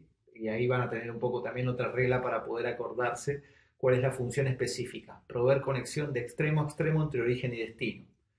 Va a depender del tipo de protocolo, TCP o UDP, acuérdense, orientado a conexión o no, lo vamos a ver ahora, en cuál es el nivel de control de errores, manejo de datos y manejo de flujo, de control de integridad va a tener. Pero en este caso puntual, de forma genérica, podemos decir que provee control de errores, maneja el flujo de datos y mantiene una secuencia y un control de integridad. Y la capa de Internet es la capa de red del modelo OSI. Particularmente se encarga del direccionamiento jerárquico. ¿Sí? El direccionamiento jerárquico va a permitir ser implementado a través de dispositivos como el que conversábamos hace un rato del router, a través de protocolos de enrutamiento como IGMP o SPF y RIP, y permitir a través de esos protocolos de enrutamiento llevar protocolos enrutados como IP. Por otro lado, tenemos la última capa del modelo TCP/IP, que es la de acceso a la red, que se corresponde con las últimas dos capas del modelo OSI. Acuérdense, 3.1.1.2. Acá vamos a tener las funcionalidades asociadas a lo que es la MAC address, lo que es el Logical Link Control, con lo que eso implica, y el acceso físico propiamente dicho. ¿Sí? El hecho de tener medios alámbricos o inalámbricos a través de los cuales los bits puedan fluir de un extremo al otro. No es muy complejo recordar esto. Traten de tener este tema muy ligado al modelo OSI porque de hecho es un modelo diferente, una forma diferente de ordenar las cosas, nada más. Las funciones son exactamente las mismas. Puede haber preguntas comparativas entre un modelo y otro. Como les dije y como les voy a seguir diciendo, lo importante es saber los conceptos, la forma en la que después me los quieran combinar para poder preguntarme algo, es lo que no deberían preocuparnos. Si yo sé bien claramente qué significa cada una de las cosas que están en el enunciado de una pregunta, no va a haber duda que voy a poder seleccionar cuál es la mejor respuesta. Las combinaciones van a venir no solamente dentro de conceptos que se ven en el mismo dominio, como el caso que yo les comentaba recién, ¿no? De combinar una topología con un tipo de cableado, con un método de acceso a la LAN, con un método de acceso al medio, sino también a través de diferentes dominios, ¿sí? Preguntas o conceptos de este dominio relacionados con conceptos de BCP, ¿sí? Preguntas del dominio de leyes, investigación, ética, que parece totalmente descolgado de lo que es el cuerpo común del conocimiento, cuando realmente no lo está, con temas de, por ejemplo, seguridad en aplicaciones.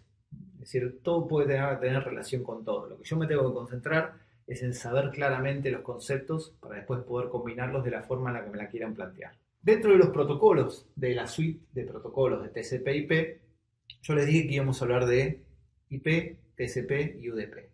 Pero antes de hablar de esto, es importante hablar de lo que es un puerto. ¿Sí? Los puertos están, o los podemos ubicar en la capa de transporte del modelo OSI, o en la capa, si se quiere, de transporte del modelo de TCP/IP.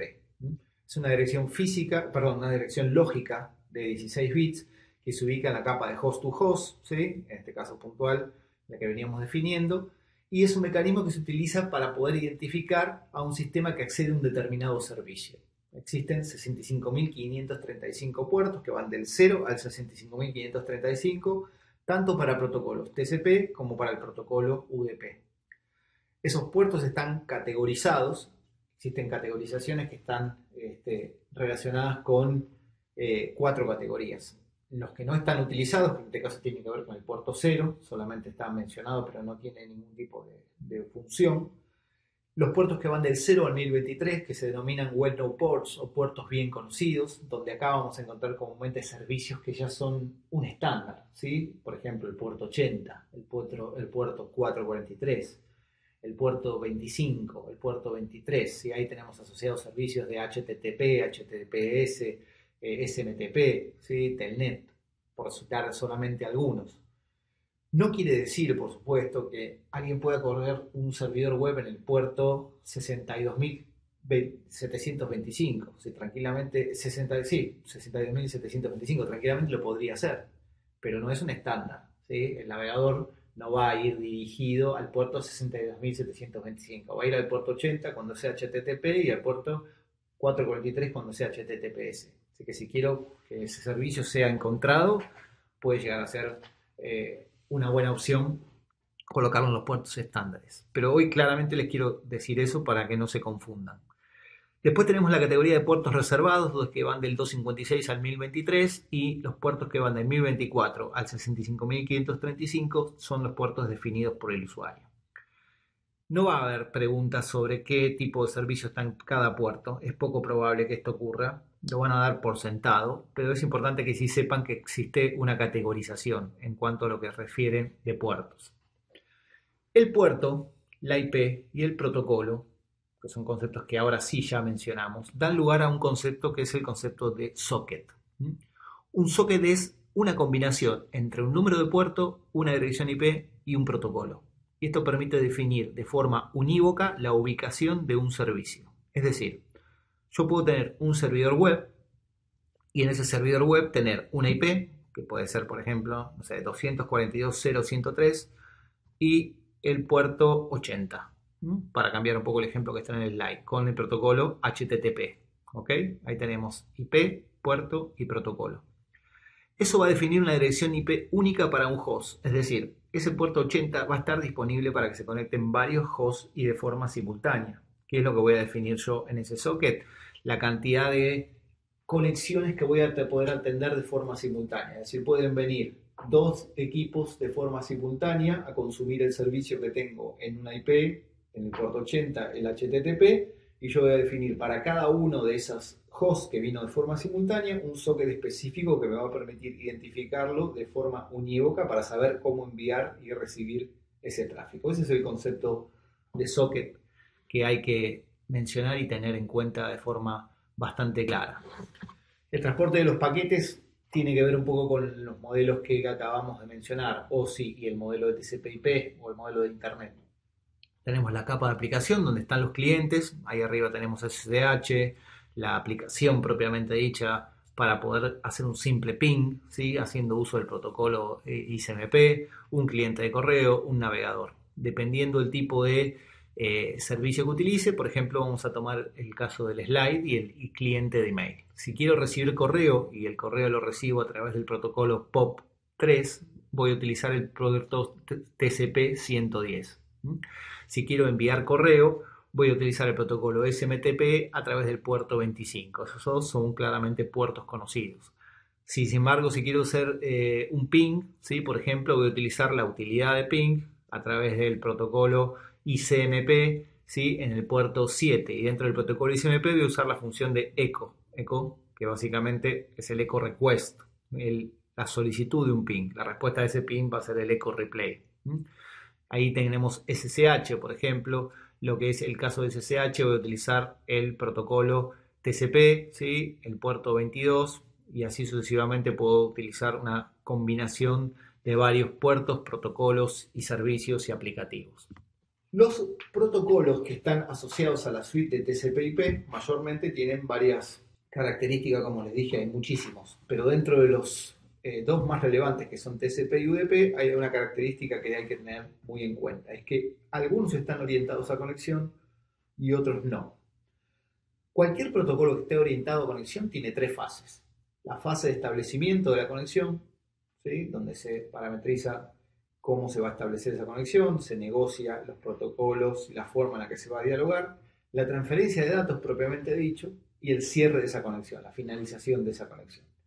Y aquellos servicios que no están orientados a conexión directamente transfieren los datos. Es decir, no hay establecimiento ni finalización, sino que los datos se transmiten de forma directa. Ejemplos. El ejemplo más representativo es el protocolo TCP. ¿Sí? El protocolo TCP tiene la capacidad de poder, antes de transmitir datos, establecer una conexión y al finalizar la transmisión de esos datos, finalizar esa conexión. Permite una conexión full duplex.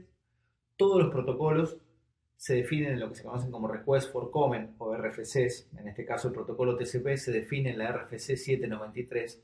No es necesario que conozcan la RFC, pero ya les adelanto y les doy como consejo que si ustedes alguna vez quieren ver claramente a nivel de detalle y de forma totalmente esencial y pura cómo funciona un protocolo, es ahí donde tienen que ir. Las RFC definen los protocolos, muchas cuestiones adicionales a los protocolos también se definen en las RFC, pero son la documentación, digamos, inicial. A partir de ahí, cualquier desarrollador, por ejemplo, que quiera implementar determinado protocolo, por ejemplo, TCP, tiene que referirse a esta RFC para poder implementarlo. De lo contrario, si lo implementa como quiere, es poco probable que tenga alguna funcionalidad y muy probable que tenga múltiples problemas al momento de ponerlo de forma operativa. El protocolo TCP permite el control de flujo, el control de errores y el chequeo de integridad. ¿Sí? Es decir, que se puede saber si un mensaje llegó o no. Se puede, por ejemplo, si el mensaje no llegó, dar un aviso de que ese mensaje no llegó y retransmitir el mensaje. Si la velocidad a la que estoy intercambiando los mensajes es muy elevada, yo puedo controlar el flujo de un lado a otro, diciéndole al otro extremo que baje la velocidad a la cual está transmitiendo la información para garantizar la eficiencia y la efectividad de la transmisión y no tener errores, y así sucesivamente un montón de otros controles. Esto me lo permite el establecimiento de conexión.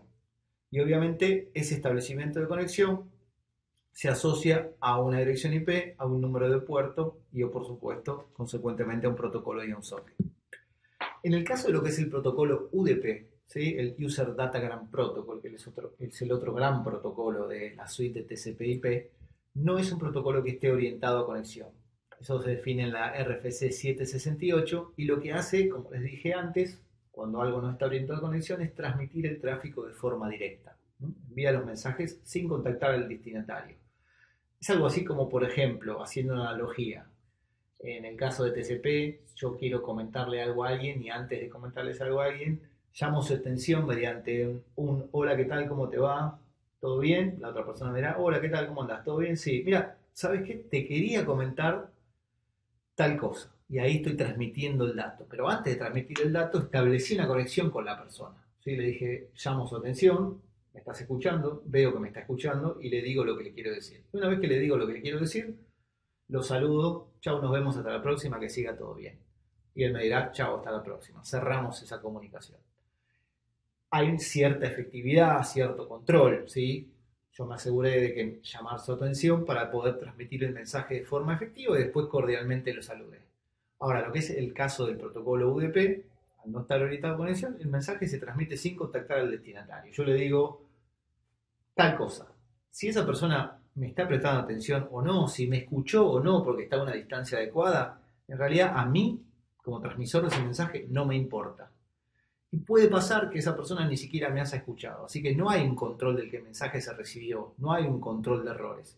Por supuesto requiere menos esfuerzo por mi parte. No tengo que cordialmente saludarlo, llamar su atención, transmitir el mensaje y después cordialmente saludarlo. Se lo transmito de forma directa. Ahora, nada más segura de que ese mensaje ha sido recibido.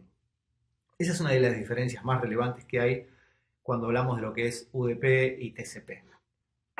En el caso de lo que es TCP, ¿sí? Particularmente esta suite de apertura TCP/IP, tiene una característica, y esto lo han visto seguramente en muchos lados, que es el saludo de 3 vías. Ese saludo de 3 vías justamente lo que hace es realizar el establecimiento, la transferencia y la finalización de conexión. ¿Sí? Es lo que de alguna forma permite que el protocolo sea orientado a conexión. En el caso puntual del three-way handshake, o el saludo de 3 vías que ahora vamos a mencionar, existe una característica, ¿sí? Si ese saludo también incluye la finalización o la desconexión de la comunicación, sería de 4 vías. Por eso después lo vamos a ver claramente. ¿Cómo funciona esto? Esto funciona de la siguiente manera. Tenemos un cliente y un servidor. Obviamente el cliente se va a comunicar con ese servidor y lo primero que va a hacer para comunicarse con ese servidor, que es en un protocolo establecido en conexión, establecer justamente el inicio de esa sesión. Esto lo va a hacer a través de un flag que va a enviar en el paquete, que se llama, en el paquete de alguna manera, en el segmento, ¿sí? Puntualmente, que es el paquete de sincronismo, ¿sí? Que se conoce como SYN. Y no solamente va a enviar un paquete de SYN, sino que va a generar de forma aleatoria lo que se llama un número de secuencia, ¿sí? El sistema cliente va a enviar el paquete SYN y va a generar un número aleatorio, ¿sí? En ese caso X, que va a enviar en ese SYN. El servidor va a recibir ese paquete. ¿Dónde lo va a recibir? En el puerto y asociado al servicio en el cual yo me quiera conectar. Por ejemplo, de la IP cliente A a la IP cliente B y en la IP cliente B al puerto 80 del protocolo HTTP. ¿Sí? Yo voy a salir desde un puerto, como todos los puertos orígenes que se seleccionan del puerto 1024 hacia arriba, eso lo va a seleccionar automáticamente el sistema operativo, más allá de que yo como usuario avanzado con una herramienta podría seleccionar qué puerto origen quiero utilizar. Después les voy a decir cuál es el objetivo de esta selección. Hacia el puerto destino 80 con el protocolo HTTP que corre en la IPv del servidor. Entonces, lo primero que se hace es el envío del paquete SYN y con un número de secuencia X. Cuando eso se recibe, el servidor va a responder con un SYN acknowledge, con el conocimiento de que recibió ese SYN. Es decir, me va a estar dando a mí, ¿sí? Una confirmación de que recibió ese SYN. Y en esa confirmación van a ocurrir dos cosas. Va a tomar el número de secuencia X que yo le di y lo va a aumentar en 1, porque en realidad es lo que está enviando simplemente un acknowledge. Entonces va a enviar el X más 1. Y no solamente eso, sino que va además a generar su propio número de secuencia, que en este caso es I. Cuando yo recibo como cliente ese sync acknowledge, primero y principal lo que voy a verificar es que sea un acknowledge y que el número de secuencia esté aumentado en la cantidad de datos que recibí, en este caso 1. Al ser correcto esto, voy a responder con un acknowledge, ¿sí?, para poder finalizar este saludo de 3 vías, y voy a tomar el número de secuencia I que el servidor me envió y también lo voy a aumentar en 1, ¿sí? Porque obviamente yo recibí el número de secuencia I, yo estoy sumándole 1, le voy a decir I más 1. Y le voy a devolver el número de secuencia mío tal cual él me lo dio, porque en realidad no estoy tocando nada ahí, sigo enviando el X más 1. Ese número de secuencia, tanto el del cliente como el del servidor, luego de este saludo de 3 vías, van a ser aleatorios. ¿Por qué? Porque en realidad se van a ir aumentando en base a la cantidad de datos que ya se envíen y reciben en la etapa posterior al establecimiento de conexión, que es la capa de envío y recepción de datos. Y una vez que se termine esta transmisión de datos, va a dar lugar al cierre de la conexión, donde va a haber un paquete de fin, va a haber un fin acknowledge, ¿sí?, y va a haber un acknowledge. Y ese saludo, ¿sí?, esa despedida, mejor dicho, de 3 vías, va a permitir también que se cierre la conexión. Entonces, es a partir de ahora donde yo puedo tener los 3 pasos de un protocolo orientado a conexión. El establecimiento, sync acknowledge, la transferencia de datos que puede durar de forma aleatoria y enviar y recibir datos de forma aleatoria, y el cierre de la conexión con un fin acknowledge y un acknowledge. Existe la posibilidad de cerrar la conexión a través de un flag que es el de RCT o de reset. El flag de reset lo que hace es cerrar la conexión, es una especie de el fin acknowledge, acknowledge sería como un chau, hasta luego, que sigas bien, adiós. Y el reset sería un chau y ni siquiera me quedo a escuchar si la otra persona me saluda o no me saluda. ¿Sí? Es como que reseteo la conexión, pero claramente la estoy cerrando. Esto no ocurre, por supuesto, nada más que en el protocolo TCP, ¿sí? En el protocolo UDP no van a ver absolutamente nada de esto. ¿Qué pasaba con esto? O sea, ¿qué cuestiones hay con esto? Esto es muy importante desde la óptica de seguridad también. Cuando este protocolo se generó, ¿sí?, hace ya muchísimo tiempo, el número de secuencia jugaba un papel preponderante, ¿sí? El número de secuencia no era aleatorizado, sino que se podía predeterminar. ¿Por qué? Porque, como claramente les dije recién, los números de secuencias aumentan en base a la cantidad de datos que uno transmite. Entonces, si yo sé cuánto transmito, sé cuánto tengo que aumentar el número de secuencias. Hubo una Navidad, hace algunos años atrás, donde un personaje, ¿sí?, muy conocido, que se llama Kevin Mitnick, desarrolló un ataque que se conoció como Christmas. ¿Sí? Le pusieron Christmas porque claramente ocurrió en una Navidad, pero eso es un dato anecdótico. ¿Qué hizo Kevin Mitnick? Kevin Mitnick tenía que acceder a un servicio, ¿sí?, ubicado en una dirección IP que tenía una lista de control de acceso que solo permitía conexiones desde una determinada dirección IP, que claramente no era la dirección IP de Kevin Mitnick. Entonces, ¿qué tuvo que hacer Kevin Mitnick? Espufear la dirección IP. Tuvo que armar un paquete manualmente para poder establecer conexión con ese servidor que tuviera como dirección IP origen la dirección IP que ese equipo tenía aceptada dentro de la lista de control de acceso. Obviamente él no tenía esa dirección IP, por lo tanto él lo único que podía hacer era armar un paquete, enviarlo, aparentemente desde esa dirección IP, pero bajo ningún punto de vista podía recibir el paquete, porque en realidad el servidor iba a enviar ese paquete a la dirección IP original. Él se tenía que asegurar que el servidor original no estaba activo en ese momento, porque si estuviese activo en ese momento, al estar comenzando a recibir tráfico que nunca había generado, esto podía llamar la atención de alguien que esté monitoreando y despertar una alerta. Claramente, puntualmente, ¿qué hizo Kevin Mitnick? Espufió la dirección IP y empezó a jugar con los números de secuencia. ¿Sí? Al principio es fácil jugar con los números de secuencia porque en el sync, el set acknowledge y el acknowledge se aumentan en 1. Ahora, ¿cuántos se aumentan después? Dependerá de la cantidad de tráfico que envíe. Lo que logró Kevin Mitnick fue predecir los números de secuencia, haciéndole creer al servidor que en realidad estaba siendo contactado desde la dirección IP permitida. Y a partir de ahí lograr un acceso. Fue un ataque para aquel momento muy novedoso, relativamente complejo, y a partir de ese momento se empezaron a implementar a nivel de la pila de TCP/IP, es decir, del stack de TCP/IP de los sistemas operativos base y también de los dispositivos de seguridad como los firewalls y demás, la randomización, la aleatoriedad de los números de secuencia, es decir, el número de secuencia ya va a ser generado de una forma más aleatoria que lo hace impredecible, por lo tanto es extremadamente complejo poder jugar de la misma forma que jugó Kevin Mitnick en su momento. Eso como un dato para que podamos ver alguna aplicación que se le puede dar a esto desde el punto de vista de seguridad. Otra aplicación puede llegar a tener quizás con los ataques de negación de servicio, ¿sí? Ustedes habrán escuchado hablar de ataques de SYN flood. Los ataques de SYN flood o inundaciones SYN lo que hacen es tratar de agotar la cantidad de conexiones que un dispositivo puede soportar. Entonces imaginemos lo siguiente. Cada vez que un cliente envía un SYN y eso se recibe en el servidor, el SYN envía un SYN acknowledge. Y cuando envía el SYN acknowledge, ¿qué espera el servidor? Que haya un acknowledge para poder hacer el establecimiento de conexión. Mientras espera que exista un acknowledge, reserva recursos de la conexión. Es decir, bueno, voy a esperar a ver si me contesta y queda en ese estado de espera hasta recibir el acknowledge. Si durante un tiempo determinado no se recibe un acknowledge, el servidor automáticamente deja de esperar y libera esos recursos. Ahora, ¿qué sucede cuando ocurre un ataque de inundación de SYN?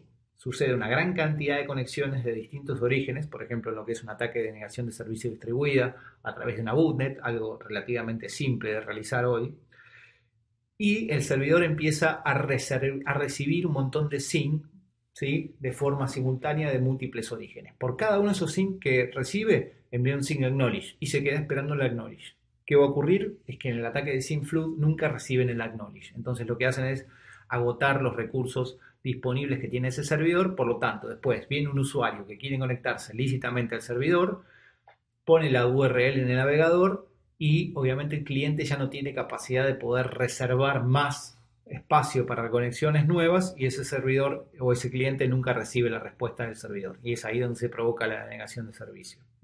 Eso es como datos adicionales para que puedan llegar a tener algún ejemplo.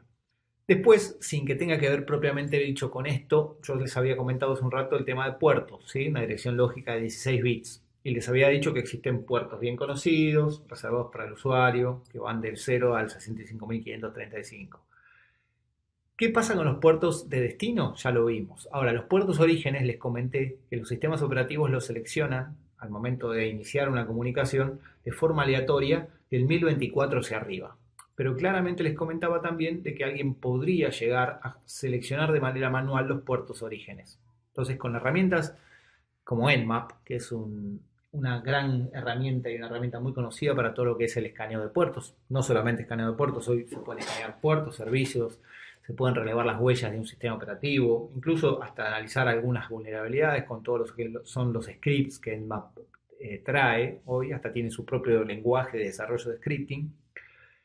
Se puede utilizar un parámetro para poder generar un paquete que provenga de un puerto específico. ¿Por qué a alguien le podría interesar modificar el puerto origen desde el cual viene el tráfico? Por ejemplo, para poder pasar algunos controles que tienen algunos firewalls. En algunos casos, ¿sí?, los firewalls permiten el tráfico de distintas direcciones IP, o sea, la dirección IP acá no es relevante, cuando proviene de un puerto de origen en particular. Por ejemplo, el puerto 53, que es el puerto de DNS, que en este caso en particular puede utilizar tanto para TCP como para UDP, ¿sí? Justamente es el mismo servicio, mismo puerto en ambos protocolos. Esto no ocurre con todos los casos. Y si recibe una conexión que venga desde un puerto de origen 53, a lo mejor la deja pasar. Por supuesto, al dejar pasar esta conexión, después lo único que le permite al atacante es saber si un puerto está abierto o no detrás del firewall. Pero es una buena manera de relevar si un puerto está abierto o no detrás del firewall, desde el punto de vista de lo que es el reconocimiento. El protocolo ICMP es un protocolo de control de mensajes, se utiliza para el intercambio de mensajes y la verificación de errores. Y obviamente el más común de todos es el que se conoce como PIN. Se denomina PIN al claramente protocolo ICMP Echo Request para el envío de la solicitud y la respuesta de esa solicitud se le denomina ICMP Echo Replay. Esto obviamente permite medir, entre otras cosas, si un host está activo o no está activo y cuál es el tiempo de respuesta de ese host, permitiendo tener algún tipo de información. No son los únicos tipos de ICMP ni códigos de ICMP, pero básicamente dentro de los tipos y códigos tenemos una gran variedad, ¿sí? Del 0 hasta el 18 con las características y distintos códigos. Ahí tienen el 00 es el echo reply, ¿sí? El 80 es el echo request, pero también tienen algunos otros tipos de significados, por ejemplo, para saber si lo que no está alcanzable es la red, por ejemplo, network is unreachable, o si la red sí está alcanzable, pero lo que no está alcanzable es el host, en host is unreachable, o si la red está activa, el host está activo, pero el puerto no está alcanzable, me voy a enterar que es el puerto lo que no está alcanzable, y así sucesivamente puedo ver el timestamp, puedo ver el time exceed, puedo ver el router discovery advertisement, hay un montón de tipos y códigos. No todos se utilizan, el más conocido de todos es el echo replay y el echo request, muchos de estos están limitados directamente por defecto en las configuraciones de los equipos por cuestiones de, digamos, que ya no se utilizan, ¿sí? Están obsoletos, de obsolescencia o por cuestiones de seguridad. Otro de los protocolos que está dentro de la suite es ARP. Particularmente Address Resolution Protocol es un protocolo que mencionábamos cuando veíamos el dominio de, cuando veíamos, perdón, el modelo OSI y la capa de enlace de datos. Y esto lo que va a permitir es saber, en base a una determinada dirección IP, cuál es asociada la dirección MAC address. ARP permite traducir o mapear una dirección IP a una MAC y existe también la contraparte de este protocolo que es reversa ARP, que lo que permite mapear es una dirección MAC a una dirección IP. Típicamente este protocolo se basa en la dirección MAC address. La dirección MAC address es un identificador de 48 bits, ¿sí? Son únicos y están asociados a una única dirección MAC address y se dividen en dos, en 24 que están asociados al OWI, ¿sí? Que es el Organizational Unit Identification o Identificator, que es el identificador organizacional. Eso se le asigna a cada organización que fabrica este tipo de placas, por ejemplo Apple, Cisco y así sucesivamente, y las otras 24 son asociadas a ese serial único para ese identificador de empresa y para ese dispositivo. Es decir, que las direcciones MAC address son únicas. Hoy en día estamos ante la posibilidad de poder tranquilamente con un software de forma muy sencilla, con privilegios, modificar las direcciones MAC address a diestra y siniestra, sin ningún tipo de problemática. Hace algunos años atrás esto era muy complejo, por lo tanto las direcciones MAC address permitían identificar de manera clara a un dispositivo, ¿sí? En una red. Hoy por hoy un dispositivo puede espufear su dirección MAC address sin demasiado esfuerzo.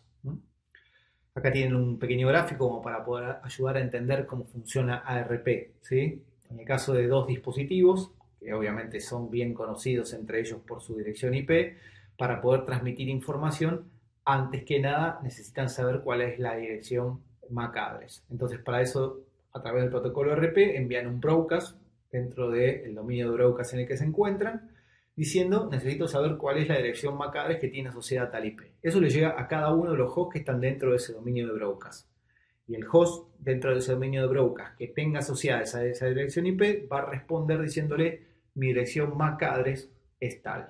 Eso automáticamente lo que va a hacer es guardarse de forma dinámica en la tabla ARP del host, permitiendo de esta manera poder establecer la próxima comunicación con ese destino sin necesidad de volver a hacer una solicitud a ARP. Ese almacenamiento en la tabla del host es dinámico y es temporal, es decir, que si la 172.16.1.1 no se comunica con la 172.16.1.2 durante un periodo de tiempo, va a borrar ese registro y automáticamente la próxima vez que se quiera comunicar va a necesitar nuevamente de realizar una consulta ARP a la red para tratar de obtener ese tipo de información al momento en que quiera volver a transmitir, ¿sí? Ustedes pueden ver tranquilamente, por ejemplo, en la red, con el comando ARP-A en su sistema operativo, cuál es la tabla de direcciones que puede llegar a tener asociado un dispositivo en particular, ¿sí? Ahí, por ejemplo, tengo una dirección IP asociada a una dirección MAC address, ahí aparece otra dirección IP asociada a otra dirección MAC address, ¿sí? Pueden ver claramente que está asociada a esta dirección IP, a esta dirección MAC address, en esta interfaz, esta dirección IP a esta dirección MAC address en esta interfaz y así sucesivamente un montón de otras. Con todas estas direcciones IP que ustedes están viendo, yo he tenido algún tipo de contacto y antes de tener el contacto he generado una solicitud de RP para poder obtener de este dato que era el que conocía, este dato que era el que no conocía. Si dentro de un rato vuelvo a correr el mismo comando y mi computadora no estableció más comunicación con ninguno de estos equipos que ustedes están viendo, cuando vuelva a correr el comando, lo que voy a obtener automáticamente es una tabla totalmente vacía. En definitiva, el protocolo RP lo que hace es mapear desde una IP a una MAC. Y el protocolo Reverse RP lo que hace es lo contrario, mapear desde una MAC a una dirección IP.